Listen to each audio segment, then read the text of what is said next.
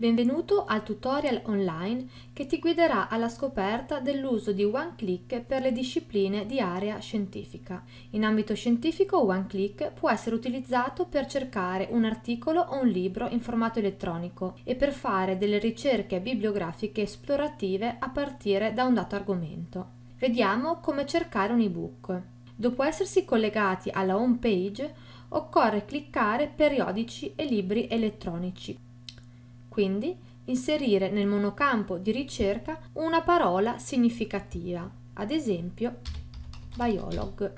L'asterisco funge da carattere di troncamento. In questo modo il sistema cercherà tutte quelle parole che iniziano in questo modo, ad esempio biologia, biologico, biology, biological, eccetera. Clicchiamo su cerca e vediamo qual è l'offerta Unimore di ebook su questo argomento. Sulla sinistra seleziono book per ricercare solo i libri elettronici. Scorriamo la pagina per visualizzare i risultati. Supponiamo mi interessi il testo Insect Molecular Biology and Biochemistry. Per accedere al full text clicco sul link sotto la voce Accesso al testo completo.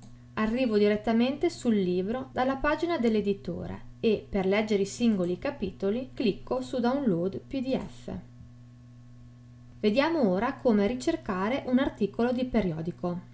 Supponiamo che un docente abbia richiesto di cercare questo articolo di periodico per la tesi. La citazione bibliografica di un articolo è composta in questo modo. In prima posizione gli autori dell'articolo, poi il titolo dell'articolo, il titolo della rivista che lo contiene, in questo caso Neuron, l'anno di pubblicazione, il volume, il fascicolo e le pagine in cui è contenuto l'articolo.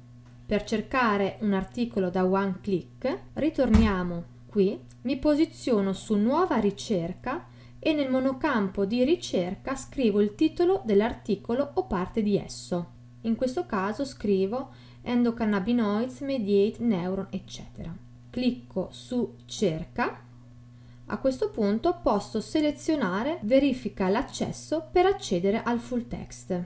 L'accesso è garantito su diverse piattaforme. Occorre porre attenzione all'indicazione della copertura, ossia alla disponibilità delle annate. Siccome sto cercando un articolo del 2008, potrò scegliere una qualsiasi delle opzioni proposte. Accedo all'articolo in formato HTML, ma posso anche scaricare la versione in PDF.